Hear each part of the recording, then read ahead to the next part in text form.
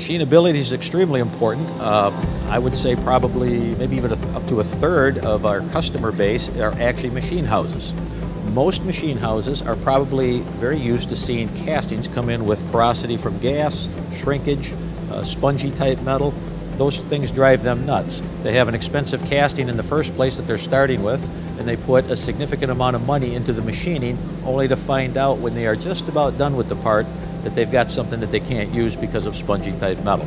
The metal integrity is not only the chemical composition of the material, it's also the grain structure. And the grain structure is important during the solidification process, and we spend time to make sure that our feeders and our solidification process is directional and it's the way we need it.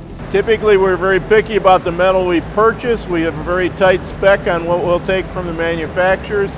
Once we get it in, we track everything to a 400-pound heat code that's traceable on all of our castings, and we'll get certifications on all of our metal before it goes out the door. Machinists are typically interested in having a Brinell hardness that is probably 85 or higher. We do an awful lot of A356 alloy castings with a T6 heat treat on it. The T6 spec is a wide spec. It runs roughly from 55 Brinell all the way up to 95 Brinell. We do all of our own heat treating in-house, and we've done that for the 26 plus years that I've been here. I've not seen a casting ever leave our facility. So we drive that Brinell up to about 85 or higher. The machinists love that because they cut clean chips, they get better dimensional characteristics, and their tool life is actually better. If you don't heat treat your A356, when you go to machine it, it's real gummy and it's hard on cutting tools, and you don't get a good smooth surface. We want to be the machinist's best friend. Most foundries in general typically will have problems with porosity issues, whether it's shrinkage, whether it's gas type porosity, oxides in the metal.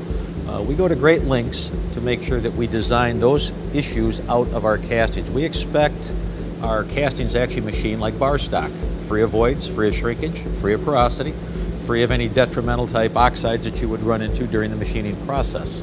That typically is where most castings fall down. Once you get past the skin and you machine past the skin, people will find that they have voids that they have to deal with. So for pressure vessels such as hydraulics, pneumatics, any type of fluid control type items, that's a detrimental thing to have. And you basically have scrap parts at that stage of the game. There are other cases where you'd want metal integrity to be such that you have no voids, no pits. Explosion-proof devices. Anytime you have a flame path that you have to deal with after machining, you can't have so much as a 10 thousandths pit somewhere on the surface.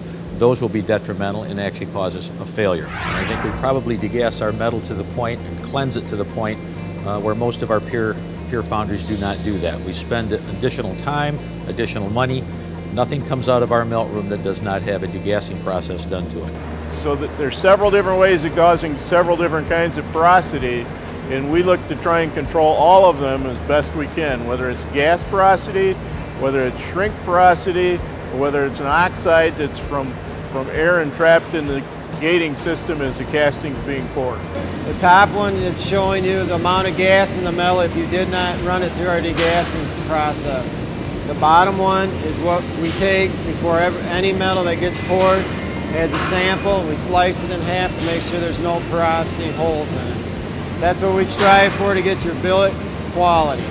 This is a casting. It's an item that we do for a customer. This part actually is a machine complete by us and ultimately gets anodized.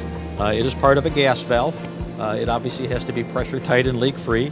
The grain structure has to be very tight, and you can walk through this and look at the grain structure. We can take segments out of this. You can chemically etch this and visually see that the grain structure is quite tight. Scrap rate on something like this is nil, and that's unheard of. Again, most casters will struggle with the porosity issue. I've been here 26 years. I can't think of a casting program yet that we've done that has had to have impregnation done to it to keep it from leaking. We firmly believe impregnation is a salvage operation and should not be necessary to have a leak-free and a pressure-tight casting. If you're impregnating your castings, you're throwing your good money away.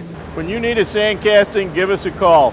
If it's a quantity that makes sense for us, we'll make it for you, and if it's not, we'll lead you in the right direction to find somebody that can.